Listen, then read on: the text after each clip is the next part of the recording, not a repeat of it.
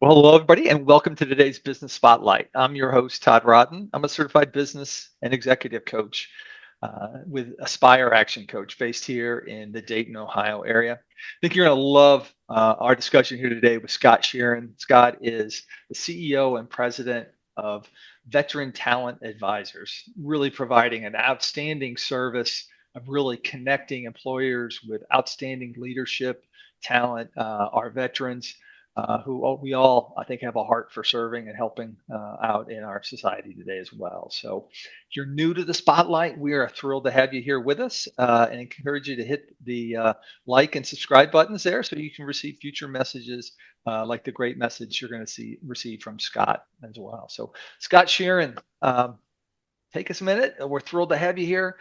Share a little bit about your background and tell us a little bit more about Veteran Talent Advisors. Well, Todd, I appreciate it. It's great to be here, and my background, I guess I've gotten kind of good at sort of trying to get this as short and succinct as possible. So I always wanted to be an entrepreneur. I just never really knew what my path would be to get there, or exactly what that would look like, or if it would ever be possible at all. But I ended up in the world of recruiting, which between you and me, and I guess everybody that might happen to be listening, I didn't even know that that was a profession. I didn't know that that was a thing that people did for a living. So honestly, so when I thought of a recruiter, I thought of the gunnery sergeant that showed up at my door and made me join the Marine Corps when I was a teenager. So that's what I thought. But I was going to be and I did become. I was going to be a stockbroker, and because I saw Charlie Sheen in Wall Street growing up when I was a kid, and I thought that movie was awesome, and I was like, I'm kind of like that guy. I kind of resonate with him. I like people. I'm good at building relationships and making friends. And I was like, I should be a stockbroker. So after some years and on the enlisted side in the Marine Corps, came back to where I grew up in Cincinnati, went to college, got a finance degree, and I became a stockbroker. And I hated it so much. So, and that's nothing against stockbrokers out there. Just like the movie. No, it's not. It's not. Well, maybe it would have been like the movie if I had been born and raised in New York City, and that's where I came home to, and that was where I lived, and I worked on Wall Street. It probably would have been a completely different experience. I'd probably still be doing it. But given the fact that I was in Cincinnati, Ohio, I started with, a local firm, New England Financial, brought me on as a junior broker, got my Series 7 and 66 and got all certified. But being in your late 20s, as I was at that time, after the Marine Corps and after college, you're not getting any high net worth individuals that are going to give some 20-something-year-old their nest egg to manage for them. So what you have to do in that industry is basically accumulate clients essentially your age, and then as they over time grow in wealth, and so do you, and you manage that, and really the only way to pay your bills while you're in your 20s is to sell life insurance. And Todd, I'm a salesman. That's all I am at the end of the day. I'm a sales guy, but I'm not good at selling life insurance, period. So, and thank God that there are good people at selling that, because it's a wonderful product and we all should have it. It's very necessary. However, I just, after a year and a half of sitting around dinner tables with, people who refer to me and my friends and connections and colleagues, and it's like, Todd, beautiful family here, man. Look at this little kid, run around, and it's like, do you know you're going to die? Do you want to take care of these kids? Do you want to leave them with nothing? And having that conversation over and over again for a year and a half, it brought me down. So even though I'm a sales guy that likes to focus on productive value, so I don't like focusing on the negative things. And so I was at a networking event with an old Marine friend of mine who I'm still friends with, Drew Myers. And he had founded a large veteran career fair company back in the 90s. And he was one of my first clients when I was a stockbroker. I put the parentheses in there because even Drew didn't give me a bunch of money to invest. He was just kind of like, hey, yeah, I'll consult with you. But he asked me at that networking event, he's like, Scott, so how's everything going? And since he and I were close and we were personal friends, I opened up to him. I'm just like, Drew, I'm miserable, man. And he was like, talk through it. And he was like, look, I've got this company, client of ours. They're looking for a sales guy with a military background to help penetrate the third-party defense integrators out of Wright-Patterson Air Force Base. And he was like, that's you. And I'm like, well, I'm a sales guy with a military background. And so that company he placed me with that company, and that company was a company called Tech Systems, which is a large third-party IT recruiting company. And they didn't really have a presence within the the defense sector out of Wright Pat. So they were looking for somebody like me to come in and sort of hit that.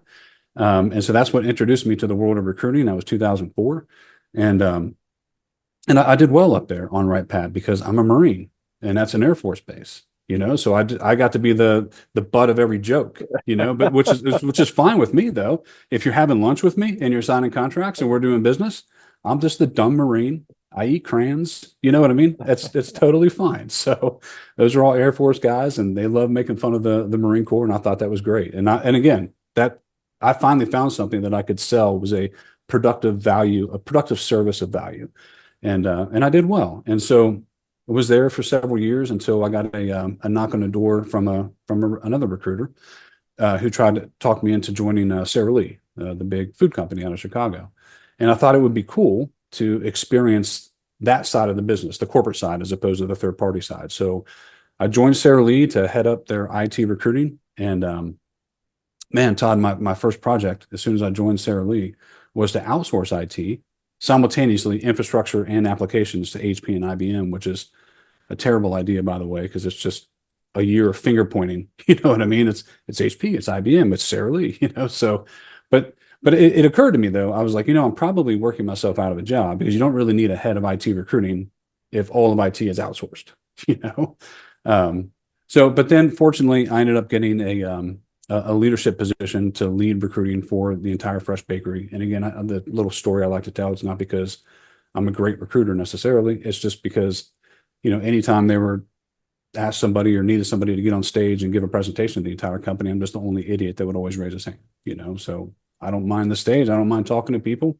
Bigger the audience, the better, And that's not something I've worked for either. I didn't earn that. I was just born that way. So I just have to thank my ancestors, So it's one of those gifts. We all get gifts. We just need to figure out what those gifts are and lean on them, So that happened. And I honestly, you can ask my wife. I mean, this went on for years. They moved me up to Chicago. We didn't love Chicago all that much, but I loved Sara Lee, had a great team, doing wonderful things. We had probably close to 150 addresses across the country between, industrial bakeries and distribution centers. I was on the road, man, 100% of the time.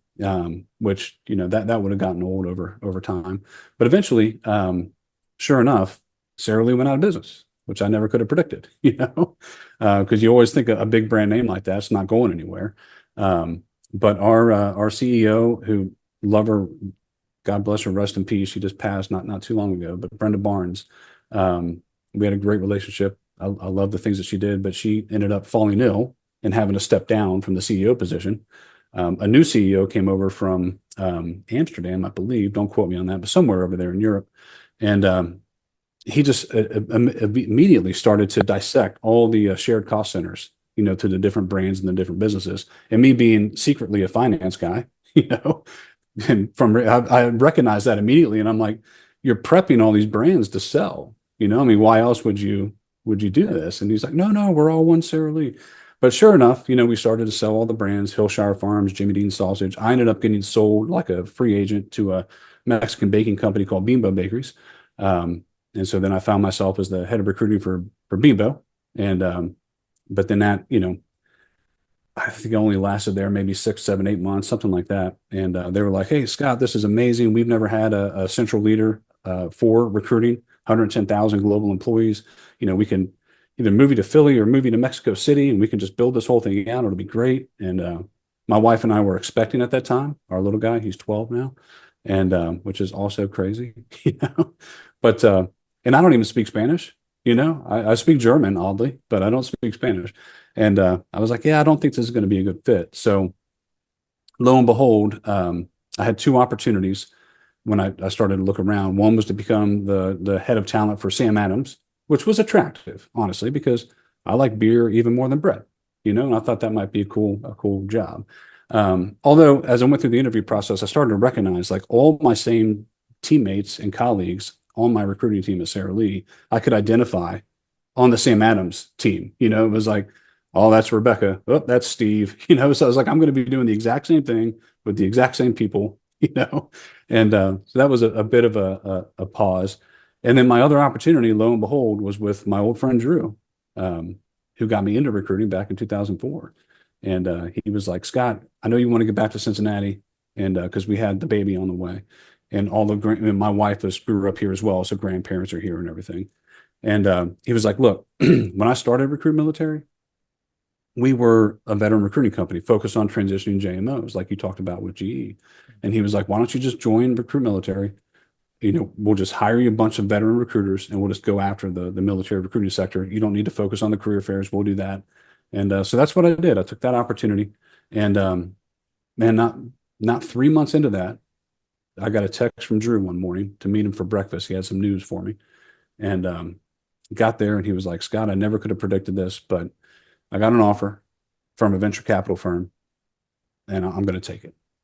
I'm like, man, you've been trying to talk me into joining you for years. I finally come here and join you, and then you're just going to sell the company. So that was that. So now I found myself reporting to a board as opposed to reporting to Drew.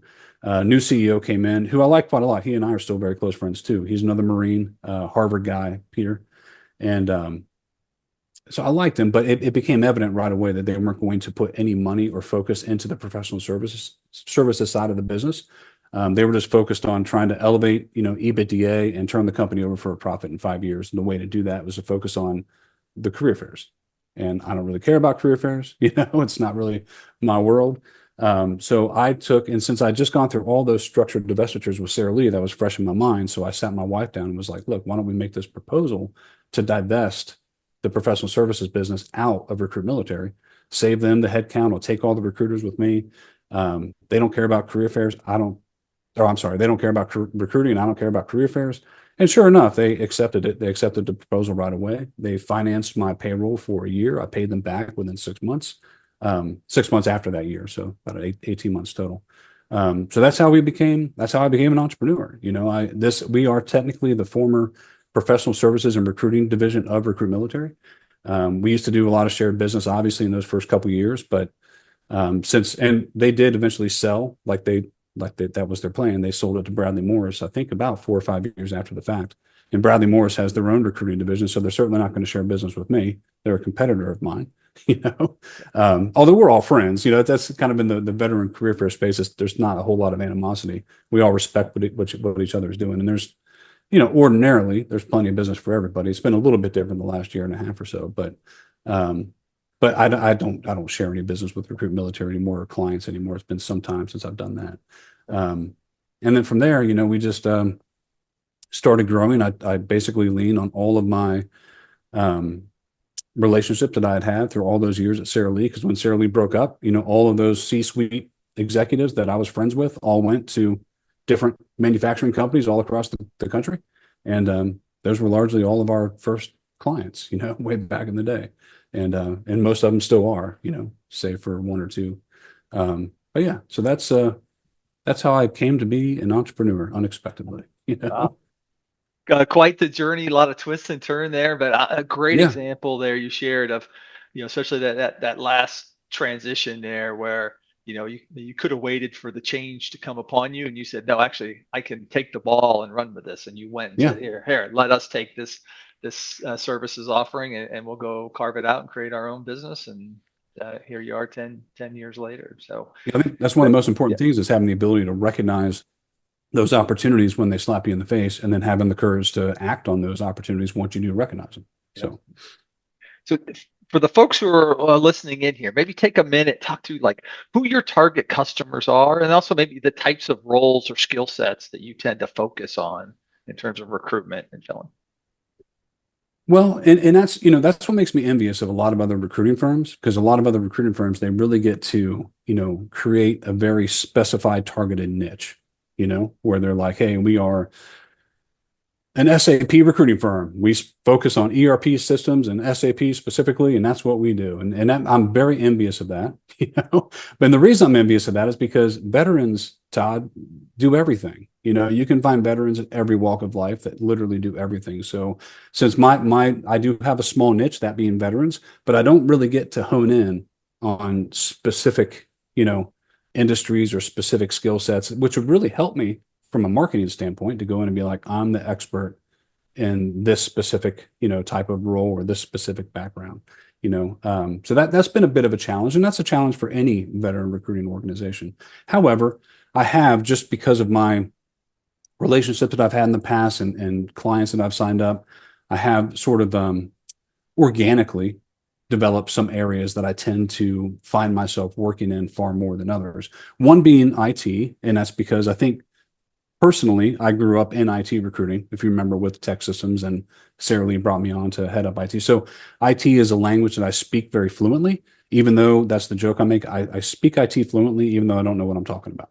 So, and I'm very good in the ERP space too. That's why I was talking about SAP. I've done a lot of work in SAP, and I could talk through all the modules. It almost sounds like I could go in and, implement one of those systems, but in reality, I can't. I just know how to identify the people who can. So I have had a lot of work in IT. IT was really taking a downturn the last couple of years, but because of my background in manufacturing too, and a lot of my contacts, I've spent a lot of time specifically within the manufacturing space, and a lot of time within like plant operations, leadership, plant managers, production managers, operations supervisors, and I've had a lot of experience in skilled trade, as you might imagine. I think because we're veteran focused, so I've done a lot with field service technicians, HVAC folks, welders. I've placed so many welders. I've done a lot of welding work. Another language that I find myself being able to speak without knowing what the hell I'm talking about, So, and I've got some aerospace clients, so they have some like really unique and specified welding requirements, with like titanium experience and things like that, where they'll pay welders like 95 grand a year. It's a good living. And but those folks are hard to find. You can't just go find like a aluminum TIG welder and pitch them to the aerospace company. It's not going to work. So you got to really hone in and know where to look and how to find the right talent that have some production titanium experience. So we're all over the map. And the cool thing is because, again, at the end of the day, I am that sales guy, and I'm good at making friends with, honestly, anybody I can meet, either side of the political aisle. It doesn't really matter. I can make friends with anybody. But I will, Todd, I'm telling you, I'll hang up the phone and interviewing a welder, for instance, and my next call might be interviewing a CIO candidate or a controller candidate, for an aerospace company with an accounting background. And I mean, I'm kind of a different person from one phone call to the next, So it's like a different conversation I'm going to have with that welder than I'm going to have with that controller. You have to mirror your audience. So that's great. Exactly. And I can make friends with both of them, so it's it keeps you on your toes though. And it keeps you thinking. But so what have been your keys to growing the business? I'm curious how you market, right, to get growth. Well, and so that's been one. I know you're not asking for this at this point in time, but that's been one serious challenge, the past couple of years. So, and I've been told by a lot of entrepreneurs that then every time I say this, they kind of give me these cross-eyed, like, it doesn't make any sense. But up until the last couple of years, Todd, I've done no business development. And I know that's probably like a sinful thing for an entrepreneur to say, But, and I get it. I realize that's a crazy thing. But the reality is, again, because I do have that capacity to easily and quickly make friends. I've got a lot of friends and a lot of relationships all over the country from the various roles that I've held, and I've just leaned on those friendships, and that's where all of our clients came from. And those clients, for years, they kept us way busier than we could ever keep up with. And so that's always been. I've never really had the need to go out there, and do a whole lot of marketing or business development. But the last couple of years, that's kind of changed. The vast majority of our clients have just simply quit hiring. I'm still friends with all the same folks, but they're just like, oh yeah, we're, not doing anything here. We're not doing anything there. Or, I don't have approval to go to third party, to pay fees for recruiting or just various things like that. So we've had to kind of get creative and figure out, who is willing to partner with us and sign up new business. And sign up new business, especially in the recruiting world, well, probably any industry. I'm sure it's not unique to the recruiting world, but it's painful, to spend time with new clients simply because you don't know what's going to come of that new client. They sign a contract, that's great. But in my world, it costs my clients nothing to sign a contract. No investment whatsoever, so they're just signing a piece of paper. That's all the commitment that they have to it. And then it just comes down to, I don't get paid unless I provide value and provide folks that they want to hire. And then I don't get paid unless they actually hire them and actually pay their invoices, which fortunately I've never really had a big trouble with collecting on invoices, but that is another risk that's out there. But that's why I say with new clients, you never really know what you're signing up for. You're going to spend all this time and invest all of this effort and money and resources into accumulating candidates. And at the end of the day, you don't really know if they're going to get interviewed. And if they do get interviewed, if they're going to get job offers, so it's hard to say. That's why, you love focusing on those existing clients that you've had for years that, have the capital, pay their bills, hire your people, and that's what makes you comfortable. But again, that kind of took a serious downturn these last 18 months. So what is it you wish more people knew about your business and the service you provide? That's a good question. So I think a lot of it, people believe that our focus is on providing a service to the veterans, but in reality, well, we do end up helping veterans that we place that are looking for, new opportunities. But the reality is the service that we provide is to the private sector, it's to the business, it's to our clients. Our clients are the companies that hire veterans, not the veterans themselves. And so the reason I say that is we never charge veterans a dime for anything, and we never will, So the real value here that we provide is to the companies and to the private sector, because they're getting experience, they're getting, a diversity of experience that they're not going to find in any other group of folks, that have that experience coming out of the service. And so that's the real recipient of value is not to the veterans, really is to the companies.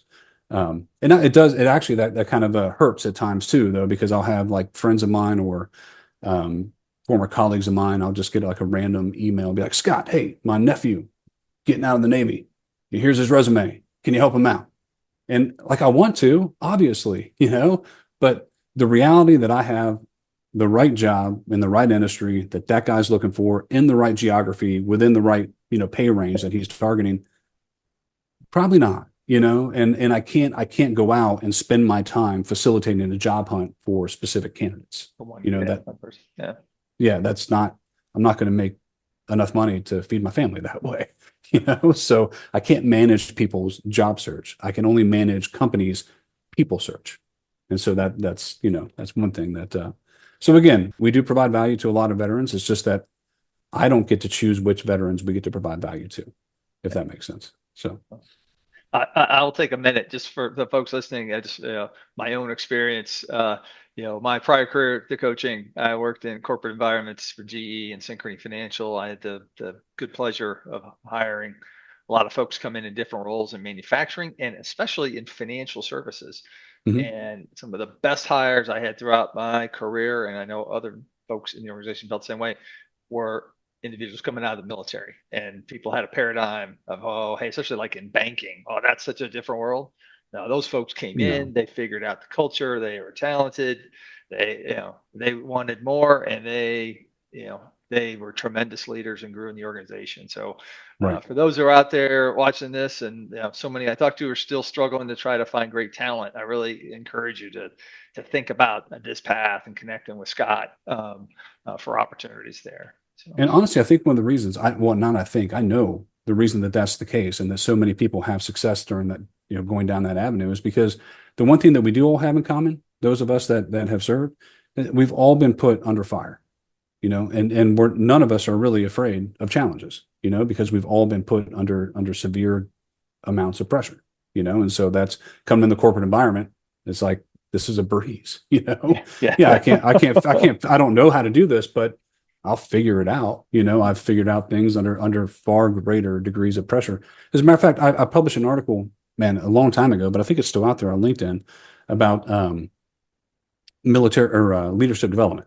And I wrote an article about leadership development, Marine Corp style, I would suggest that people check that out. It's kind of fun, but that's the kind of thing that all of us in the military have been through. We've all been through exercises like that, where it's just, severe amounts of pressure. And so when we step out and walk in the civilian world, most of us are just like, yeah, this is easy, so, and you just don't get that kind of exposure or experience, just going through college and things like that. And especially in today's litigious society, it's hard for me to imagine a company coming up with, leadership training like they facilitate in the military, because people will probably get injured and they get sued, you know. So Yeah, slightly different.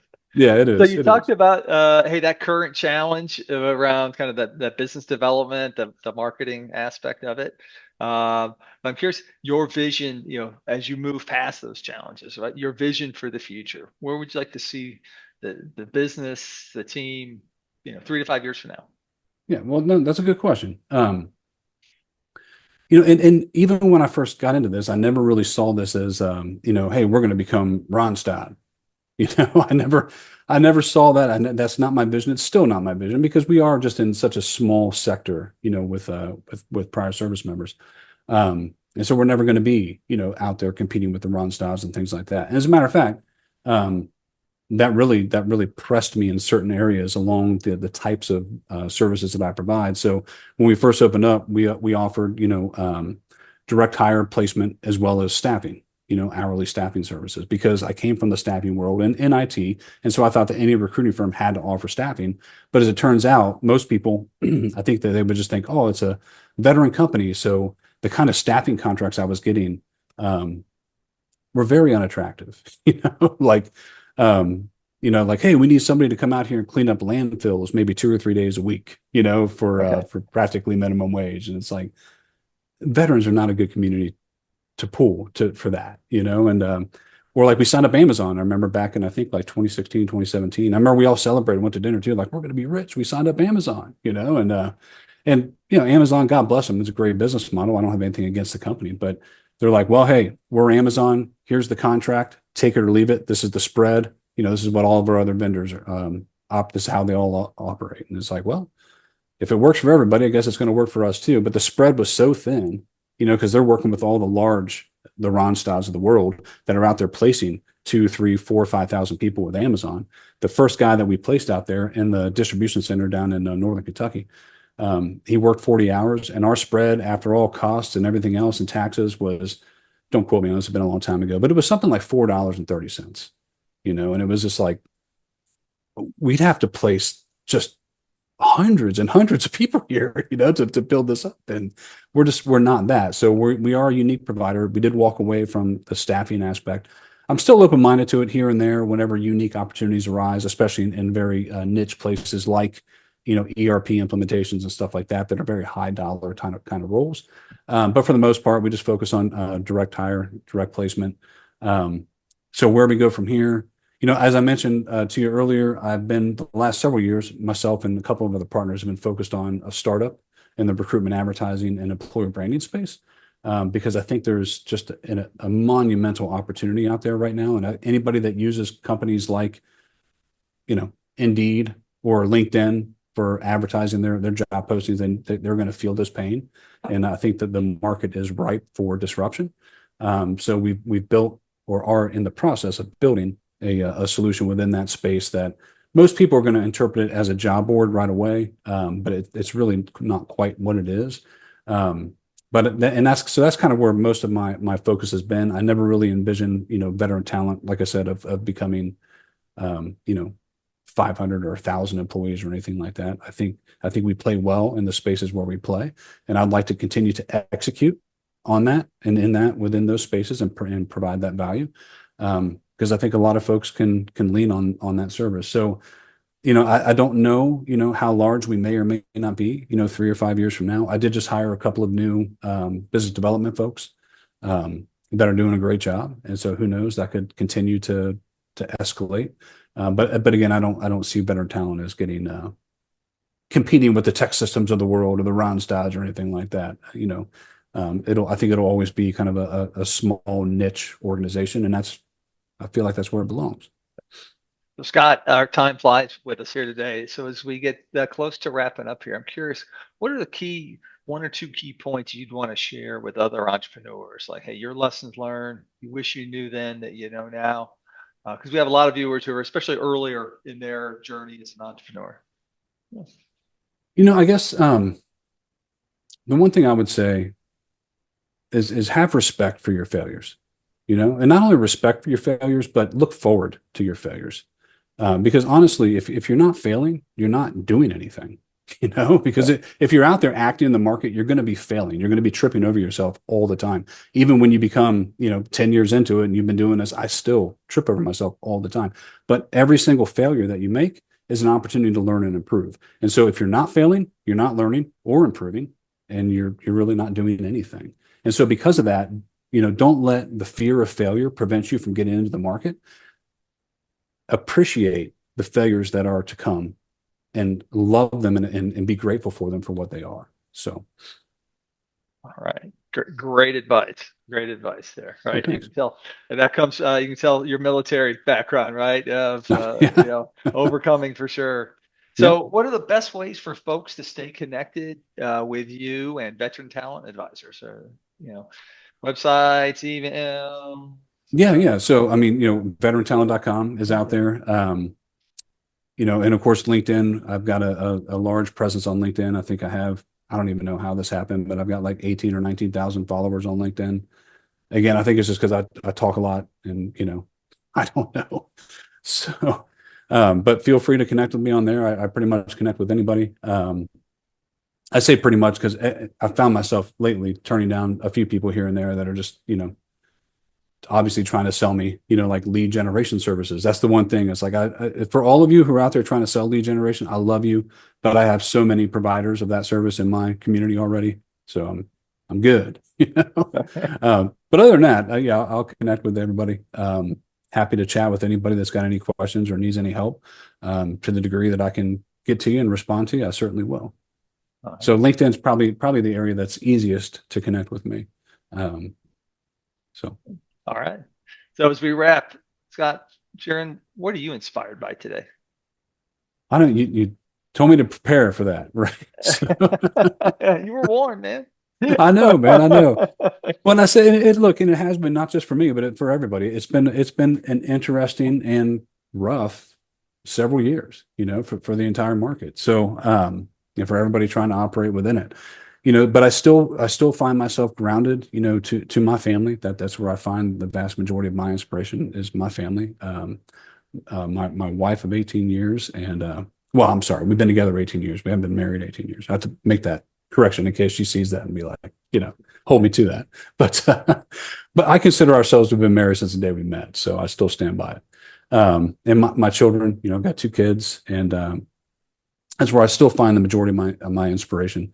Prior to that, I found inspiration in a lot of different places. I'm very big into aspects, especially as it relates to like free markets. That's one area I've published a lot of writings with in the free market space through a few different avenues, and people can find that out there as well. So I'm a bit of a free market advocate, you could say. I don't like the idea of the government solving problems for anybody. So because I've seen firsthand the results of those solutions. So I won't go too far down that rabbit hole, but Well, Scott, thank you for sharing your story and yeah, background around veteran talent advisors. We're so appreciative of you taking that time out. And again, to our viewers, I really can't emphasize this strongly enough. You're looking to find great talent in your business, and so many of you are. Really consider veterans and reach out to Scott. He can get you I'll be connected here. there on that path, right? So again, for our viewers, encourage you to hit the like button. That helps us feed the algorithms on this side of things. But also, if you haven't already, hit that subscribe button so you can receive future messages. So thanks again, Scott Shearin, and thanks again to our viewers. I hope you all have a terrific day. Thanks, Tom.